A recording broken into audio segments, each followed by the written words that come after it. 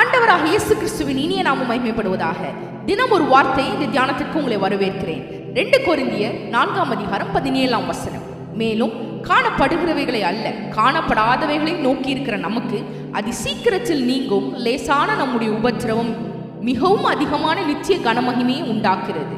ஆம் பிரியமானவர்களே, நாம் எப்போதும் உபத்திரவங்களையும் பாடுகளையும் விரும்புவதில்லை. ஒரு லகுவான வாழ்க்கையை விரும்புகிறோம். இதுவே நம்முடைய இயற்கையான தன்மை. ஆனால் நம்முடைய வாழ்க்கையில் உபத்திரவங்களை எவ்விதமாக நாம் நோக்கி பார்க்கிறோம் என்பது மிக முக்கியம். கிறிஸ்துவ வாழ்க்கையில் நாம் எதை நோக்கி ஓடிக்கொண்டிருக்கிறோம் என்பது மிக அவசியம். பவுல் சொல்லுகிறார், கிறிஸ்துவ வாழ்க்கை என்பது நித்தியத்தை நோக்கி ஓடுகிற ஒரு வாழ்க்கை, தேவனுடைய அன்பை நினைத்து அதை சார்ந்து வாழ்கிற ஒரு வாழ்க்கை. ஆனால் நாம் அநேக வேலைகளில் பாடுகளை சந்திக்கும் போது சோர்ந்து போய்விடுகிறோம். சந்தோஷமான வேலை வரும்போது அதில் சந்தோஷப்படுகிறோம்.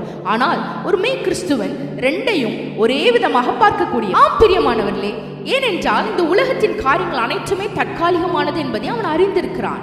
நம்முடைய வாழ்க்கையில் மாறாத நித்திய தேவனின் அன்பை அறிந்து கொள்வோம் என்றால் நாம் தேவனை சார்ந்து வாழ முடியும். அது மாத்திரமல்ல, நித்தியமான ஒரு நோக்கத்தை கொண்டவர்களாக இந்த உலகத்தில் நாம் வாழ்கிறவர்களாக இருப்போம். ஆனபடியினாலே நாங்கள் சோர்ந்து போகிறதில்லை.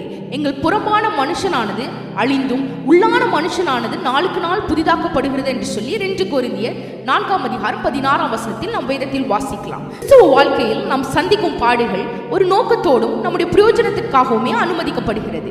இவ்வளவாய் நம்ம அன்பு கூர்ந்த இந்த தேவனை சார்ந்து வாழும் பொழுது மாத்திரமே நாம் இந்த உலகத்தின் பாடுகளையும் இன்பங்களையும் ஒரே விதமாக நோக்குகிறவர்களாக காணப்படுவோம். இக்காலத்து பாடுகள் இனி வரப்போகிற மகிமைக்கு ஒப்பிடத்தக்கவைகள் அல்ல என்று பவுல் சொல்கிறார்.